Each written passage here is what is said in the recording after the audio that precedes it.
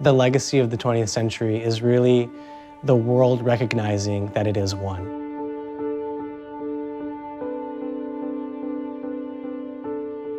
At the start of the 1900s, countries were a lot more separated, both politically and otherwise. And because of many of the events that had happened during that century, humans were a lot more connected. If you just look at systems of communication and the internet, people can communicate with each other instantaneously from all over the world. Now the challenge is, how can we spiritually be connected? And how can we catch up our spiritual selves to our material selves?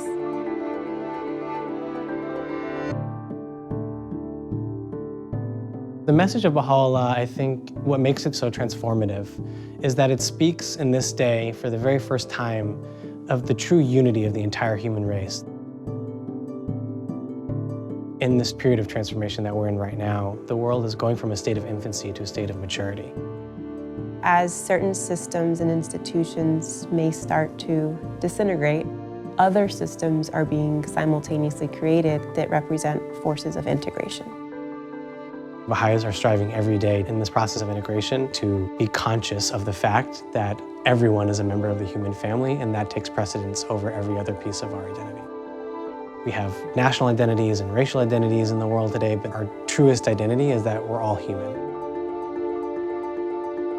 A spiritual identity, which calls for a complete reorganization of human relationships that the world has never seen before.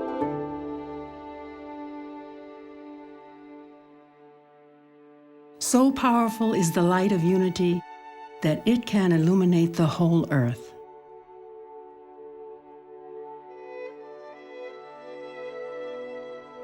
Baha'u'llah, whose name means the glory of God, was born in Persia in 1817 and was renowned for his generosity, compassion, keen intelligence, and excellent character. In the middle of the 19th century, Baha'u'llah was summoned by God to reveal a new message to humanity, a new revelation from God, thereby ushering an era of universal peace. Baha'u'llah's teachings form the basis of the Baha'i faith, and it's a message of infinite hope for all of humanity. Baha'u'llah has brought this revelation that we are all members of one human family, and we're working towards this idea of universal peace, and that's really the foundation for the work that we're doing.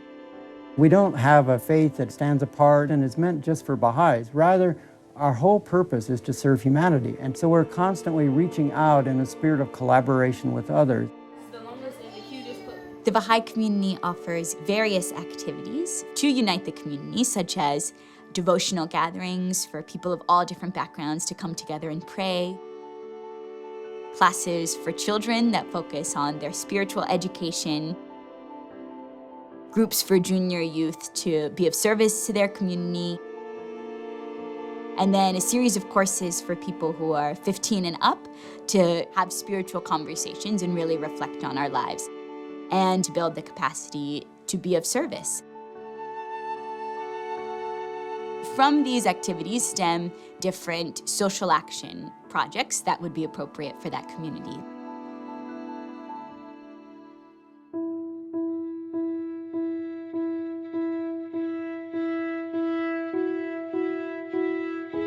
What the Baha'is are trying to do right now is to just really create community life in the places where we live.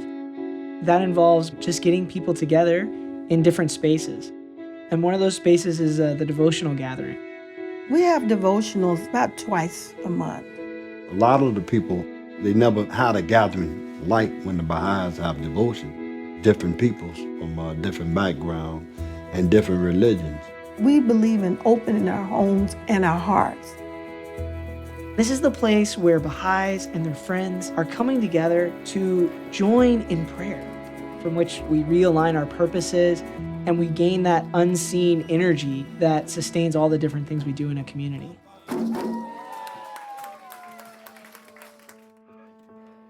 The Spiritual Education of Children program seeks to try to help young children between 6 and 11 develop those qualities that they inherently possess through prayer, through memorizing quotes, and then they learn stories, they sing songs.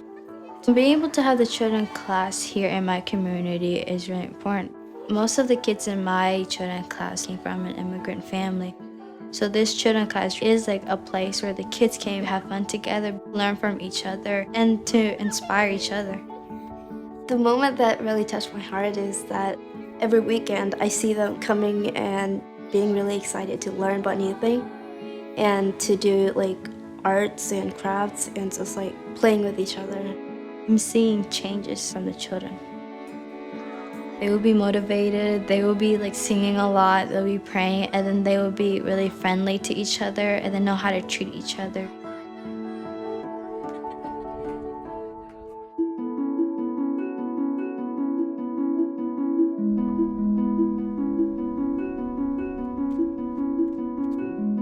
The Junior Youth Spiritual Empowerment Program is for those ages 11 to 14.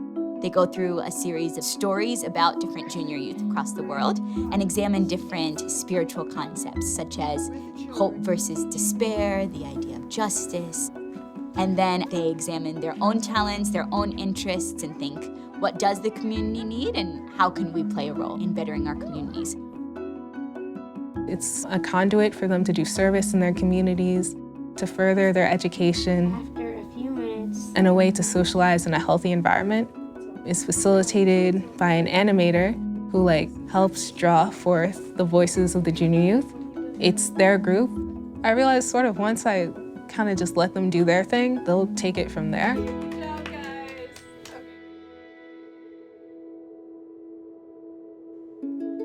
In order to offer these services, Baha'is and their friends are equipping themselves with these capacities to be able to offer programs like the spiritual education of children, or the Junior Youth Spiritual Empowerment Program.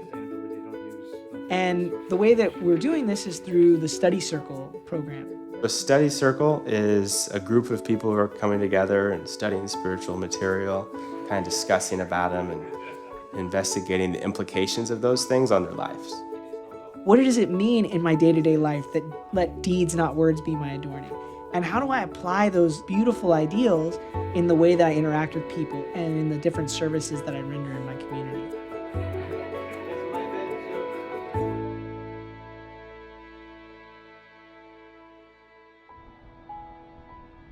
Once we've been in a neighborhood working with the children and junior youth of that community, from these activities, of course, stem different social action projects that would be appropriate for that community. These youth, they could identify the problems. So we're pulling together resources to accomplish, at first, small service projects, trash pickups, visiting the elders, and they've gradually become more complex.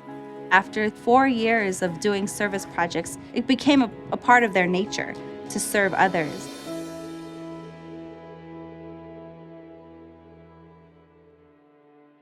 This is the changeless faith of God, eternal in the past, eternal in the future. Baha'u'llah teaches that there is one God, and that all the religions are part of one divinely revealed process by which God makes his will and purpose known to humanity. Although we may differ in our concepts of God's nature, although we may pray in different languages and call God by different names, we are speaking about that same transcendent being.